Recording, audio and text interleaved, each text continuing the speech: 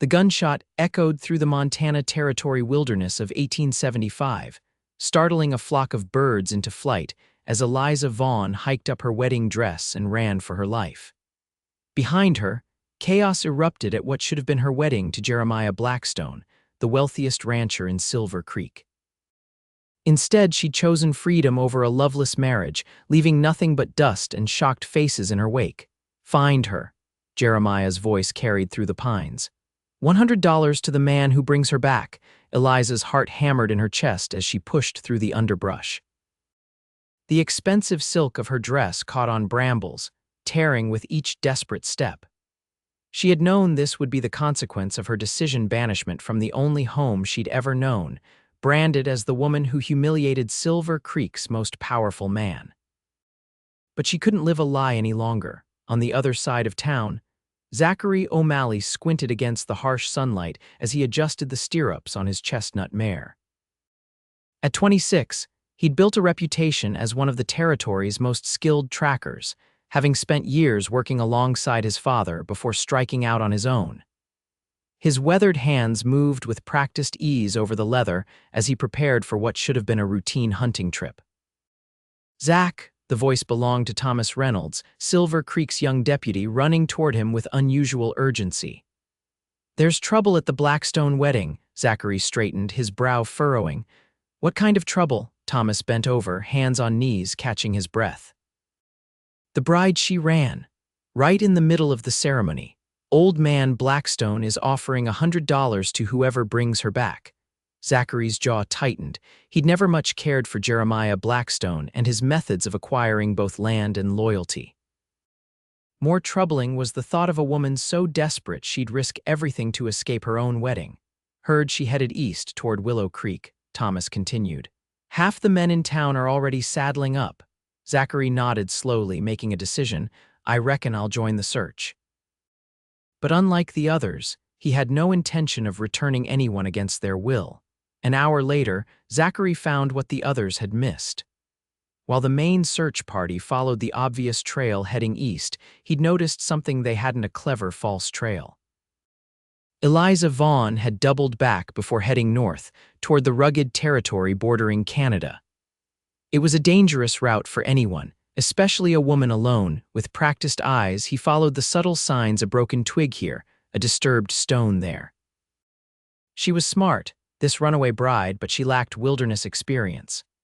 The prints of her boots, clearly not made for long journeys, told him she was moving quickly but with increasing fatigue. By nightfall, Zachary had gained considerable ground. He made camp beneath a stand of pines, keeping his fire small. In the distance, coyotes called to one another, their cries hanging in the crisp night air.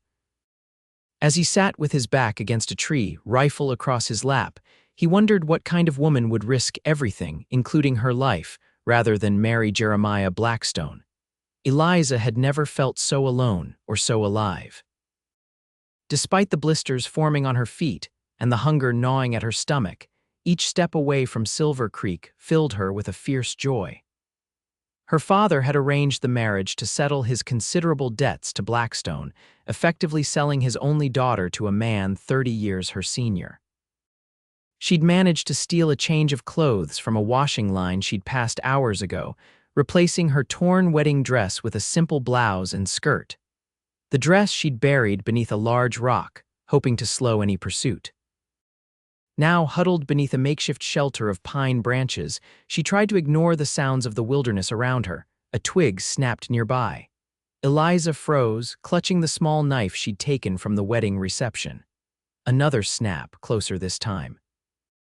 Her breathing quickened as she pressed herself against the trunk of a large pine, trying to make herself invisible in the darkness.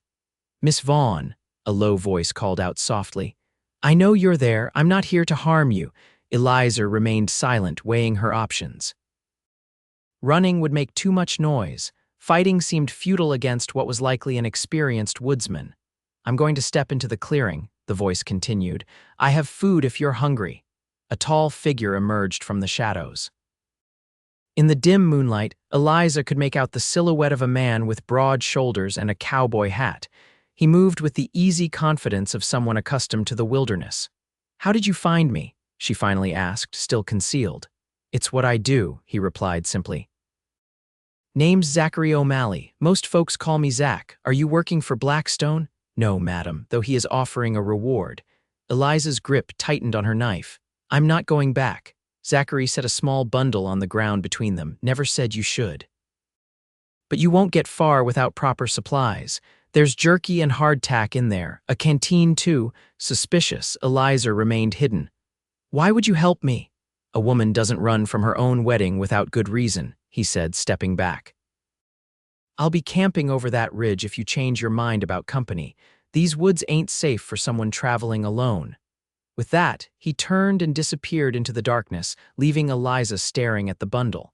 After several minutes, hunger overcame caution. She darted forward, grabbed the food, and retreated to her shelter. The jerky was tough but flavorful, and the water in the canteen was cool and fresh. As she ate, she considered her options. Morning came with a heavy mist clinging to the trees. Zachary was already breaking camp when he heard footsteps approaching. He looked up to see Eliza standing at the edge of his small clearing, the bundle he'd given her clutched in one hand. I'll need help getting to Helena, she said without preamble. I have an aunt there. I can pay you when we arrive. Zachary studied her in the pale morning light. Her auburn hair was tied back in a practical braid, and despite her obvious fatigue, her green eyes held a determined gleam. She couldn't be more than 20, he guessed. Helena's a good 6 days' ride, he said, testing her resolve. Then we should get moving. Her chin lifted slightly. Unless you've reconsidered and plan to take me back to Blackstone. Zachary shook his head. I'm not in the business of forcing women to marry men they don't want. But I should warn you, Blackstone isn't one to let things go. He'll have hired guns looking for you. All the more reason to keep moving, she replied. As they traveled, an uneasy partnership formed. Eliza was determined to pull her weight, insisting on learning how to make and break camp efficiently. Zachary found himself impressed by her quick mind and resilience. Each evening, as they sat by the fire, he taught her something new: how to read tracks, which plants were edible, how to navigate by the stars. Why did you really help me? She asked on the third night as they shared the rabbit Zachary had snared for dinner. He was silent for a long moment, poking at the fire with a stick. My sister, he finally said, voice low. She was married off to settle a debt when she was 17, to a man who... He trailed off, jaw tightening. She didn't live to see her 19th birthday. Eliza's eyes widened. I'm sorry. It was 10 years ago. He shrugged, but the set of his shoulders told a different story. When I heard about you running, well, seemed like a chance to do what I couldn't do for her. The next morning, they discovered they were being followed. Zachary noticed the signs: first a campfire, too hastily extinguished, horse droppings not yet dried. 3 men, maybe 4, he told Eliza, his voice tight with concern. We need to pick up the pace. They pushed hard that day, crossing a swift river that Zachary hoped would throw off their pursuers. By nightfall, Eliza was swaying with exhaustion, but her determination never wavered. We'll rest here, Zachary decided, helping her down from his horse. They'd been sharing the mare, taking turns walking to spare the animal. No fire tonight, he added, glancing toward the way they'd come. Can't risk it. They ate cold jerky and shared the canteen in silence. As night deepened around them, the temperature dropped sharply. Zachary noticed Eliza shivering in her thin blouse and offered her his coat. I'm fine, she insisted, teeth chattering. Stubborn woman, he muttered, but there was a hint of admiration in his voice. He moved closer, offering his body heat. After a moment's hesitation, she leaned against him. Tell me about your aunt and Helena, he said quietly, trying to distract her from the cold and their precarious situation. Eliza was silent for a long moment. There is no aunt, she finally admitted. Helena was just the furthest town I could think of. Zachary's surprise must have shown on his face because she quickly continued. I couldn't tell you the truth. I didn't know if I could trust you. And now, she turned to look at him, their faces close in the darkness. Now I do. Their pursuers caught up with them the next day. Zachary and Eliza had just crested a rocky ridge when the first shot rang out, splintering bark from a tree inches from Eliza's head. Down, Zachary shouted, pulling her behind a large boulder as more shots followed. That you, O'Malley? A rough voice called out. We just want the girl." Blackstone's upped the reward to 500. Zachary recognized the voice Marcus Dunn, a notorious bounty hunter known for his ruthlessness. He'd worked with him once, years ago, on a job tracking cattle rustlers. The experience had left him with little respect for the man's methods. "She's not property to be returned, Dunn," Zachary called back, checking his rifle. "Don't be a fool, O'Malley. She's spoken for." Eliza's face had gone pale, but her eyes blazed with determination. "I'll never go back," she whispered fiercely. Zachary nodded, reaching out to briefly squeeze her hand. "Stay low. When I start shooting, make for those pines to the right. I'll be right behind you." He fired 3 rapid shots toward their pursuers, not aiming to hit but to force them to take cover. As gunfire erupted in return, Eliza darted toward the tree line with Zachary close behind. They reached the dense forest just as a bullet grazed Zachary's left arm, tearing through his shirt and leaving a burning trail across his skin. They ran deeper into the forest, the sounds of pursuit gradually fading behind them. When they finally stopped to catch their breath, Eliza noticed the blood seeping through Zachary's sleeve. "You're hurt," she said, reaching for his arm. "It's just a graze," he replied, though his face was tight with pain. "Let me see." Her tone brooked no argument. With gentle hands, she tore a strip from the hem of her skirt and bound the wound. "My father was the town doctor," she explained, working efficiently, before the drink took him. As she tied off the makeshift bandage, their eyes met. Something unspoken passed between them: gratitude, concern, and something deeper neither was ready to name. They traveled through the night, taking advantage of the full moon to put as much distance as possible between themselves and Dunn's men. By dawn, they had reached a small, secluded valley with a clear stream running through it. "We'll rest here," Zachary decided, his voice rough with fatigue. "I doubt they'll find this place easily." As they settled in their hidden camp, a new tension grew between them. No longer simply a tracker and a runaway, they had become partners in survival, dependent on each other in ways neither had anticipated. "Why were you really getting married?"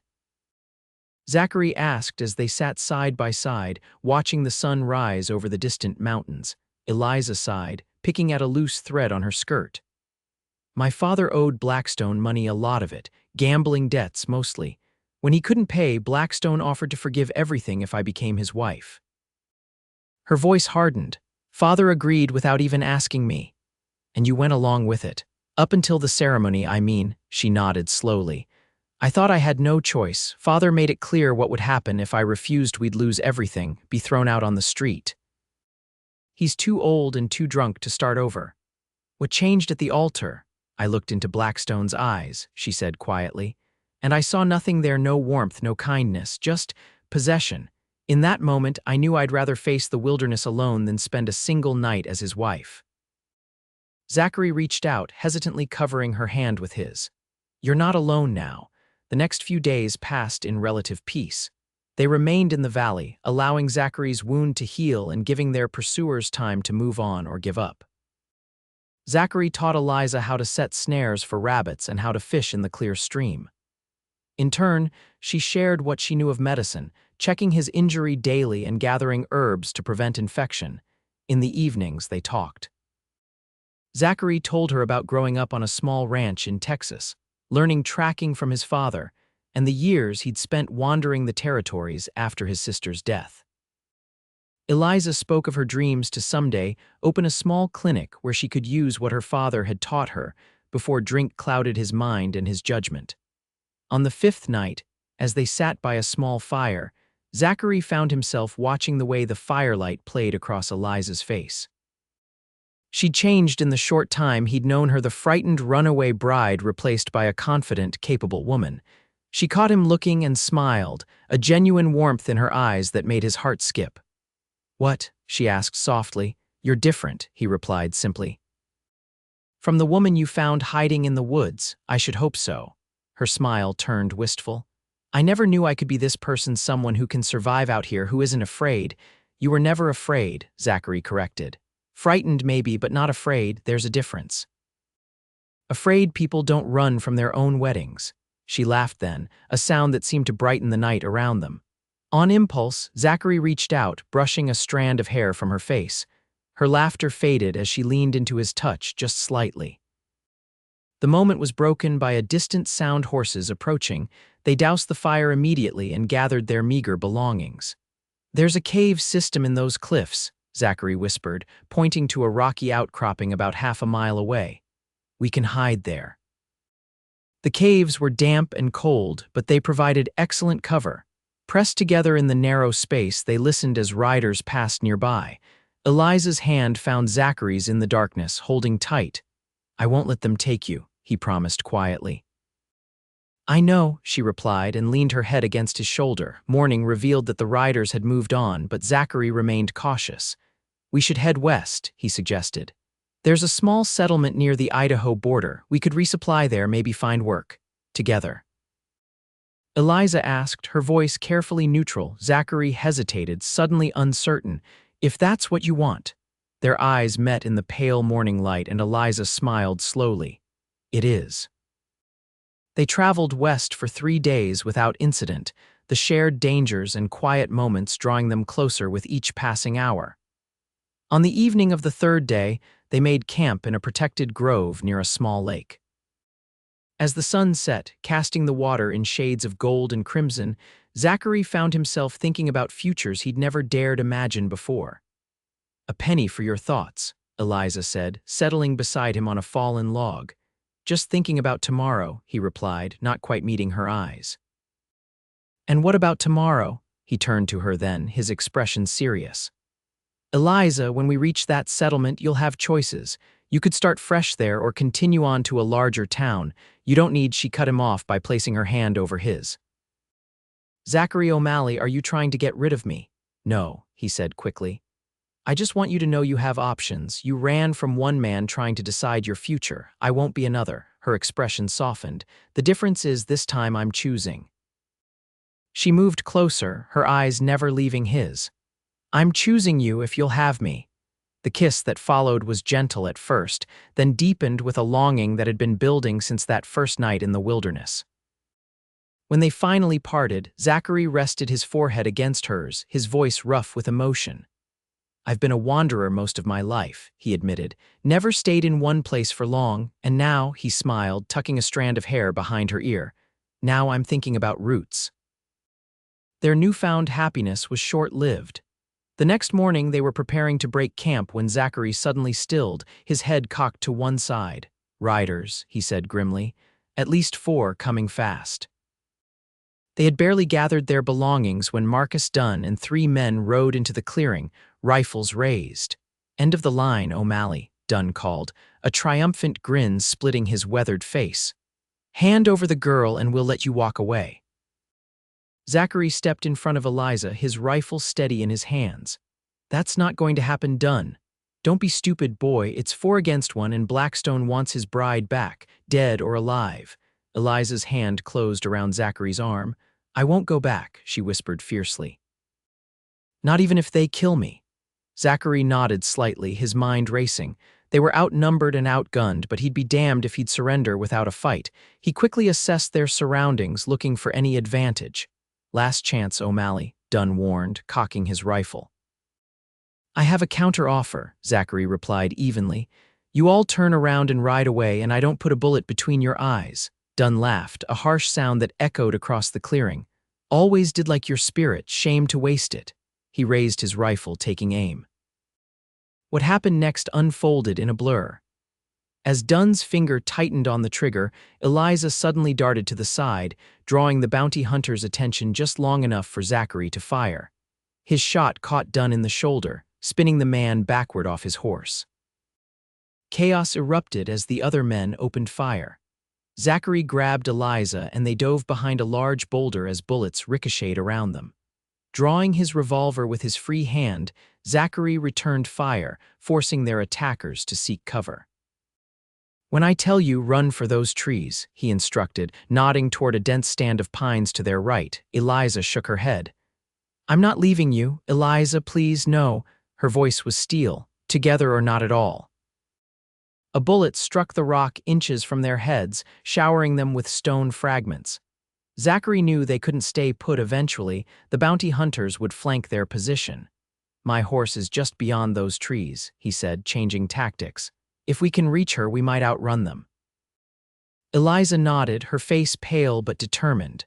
"On three, on three."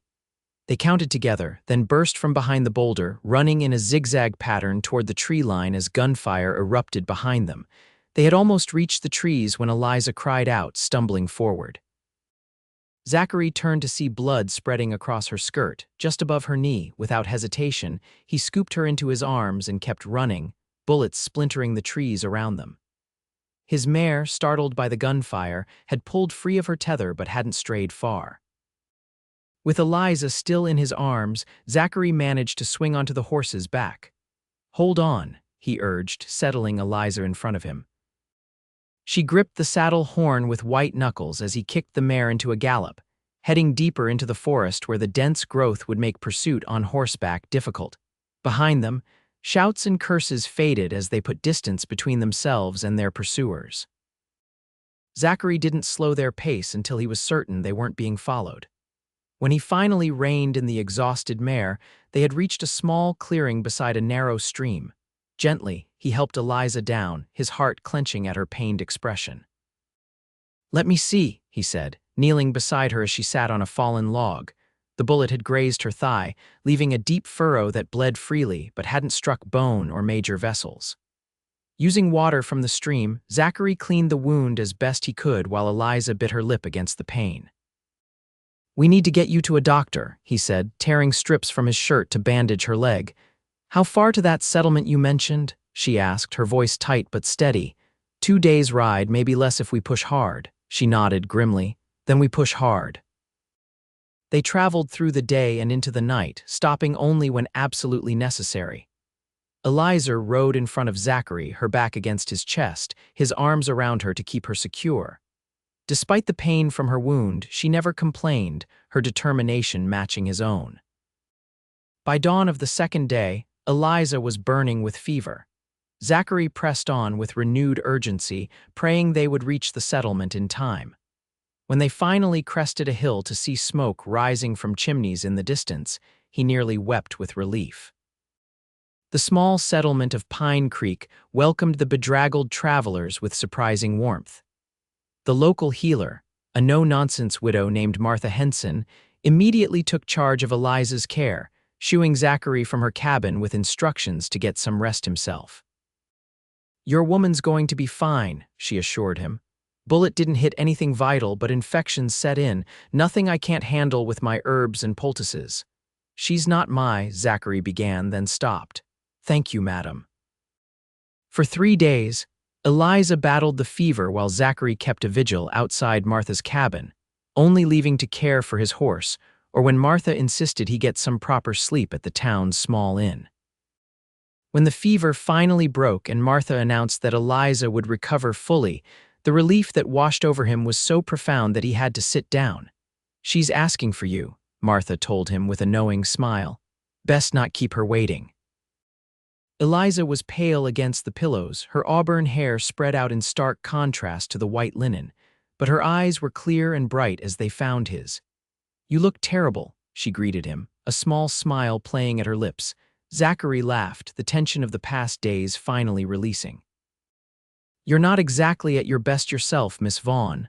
I think we're well past formalities, Mr. O'Malley." She reached out her hand and he took it, moving to sit on the edge of the bed. "Martha says you've barely left the porch. Had to make sure you were all right." Her expression softened. "You saved my life, again." "You saved mine first," he reminded her. "Distracting done like that. Then I suppose we're even." Her fingers tightened around his. What happens now? It was the question that had been consuming Zachary's thoughts during his long vigil. "That depends," he said carefully, "on what you want." "What I want," she repeated softly. "No one's ever really asked me that before. I'm asking now." Eliza was silent for a long moment, her eyes searching his. "I want to stop running," she finally said. "I want a home. A life that's mine to choose." She took a deep breath. "And I want you to be part of it if that's what you want too." Zachary's heart felt too large for his chest. I want that more than anything, he admitted, but Blackstone can't chase us forever, she finished. Martha says the territorial governor is investigating him for land fraud. His influence is waning. Hope, cautious but real, bloomed between them. We could stay here, Zachary suggested. Pine Creek needs a doctor, and I could find work easily enough. Or we could go further west, to Oregon maybe. Wherever we go, he said, lifting her hand to his lips, we go together. 6 months later, Eliza stood on the porch of a small cabin nestled at the edge of Pine Creek, watching as Zachary approached on horseback. The setting sun gilded his features, and her heart swelled at the sight of him. Her leg had healed completely, leaving only a small scar to remind her of their flight across the plains. They had made a home here, welcomed by the small community. Eliza's knowledge of medicine had quickly made her indispensable, while Zachary's tracking skills kept the town supplied with game and protected from threats. Together, they had built something neither had dared to dream of before a life of their own choosing. Good news, Zachary called as he dismounted. Letter came from the territorial capital. Blackstone's been convicted. He'll spend the next 10 years in prison. Relief washed over Eliza. Though they'd heard nothing from their pursuers since arriving in Pine Creek, the shadow of Blackstone's vengeance had lingered at the edges of their happiness. So it's really over, she said as Zachary joined her on the porch. It's really over, he confirmed, pulling her into an embrace. No more looking over our shoulders, she leaned into him, savoring the solid warmth of his chest, just looking forward. Speaking of forward, Zachary pulled back slightly, his expression suddenly serious. I've been carrying something with me for a while now, waiting for the right moment. He reached into his pocket and withdrew a simple gold band. I figure that moment's now, Eliza's breath caught. Zachary, I know you ran from one wedding, he said, his voice low and earnest, and I would understand if you didn't want another. But I love you, Eliza Vaughn, and I want to spend my life with you as your husband, if you'll have me. Tears welled in Eliza's eyes as she looked at the man before her, the cowboy who had followed her tracks across the plains and into a future neither of them could have imagined. Yes, she whispered, and then again stronger, yes. The ring slipped onto her finger, a perfect fit. As Zachary gathered her into his arms, Eliza thought about the journey that had brought them here from a desperate flight through the wilderness to this moment of perfect certainty. She had run from a wedding arranged by others, only to find herself embracing one of her own choosing. The irony wasn't lost on her, but neither was the profound difference. This time, she wasn't running away from something, but running toward everything she'd ever wanted. As they stood together on the porch of the home they'd built, the last light of day painting the world in gold, Eliza knew with absolute certainty that some journeys, no matter how difficult, led exactly where you were meant to be.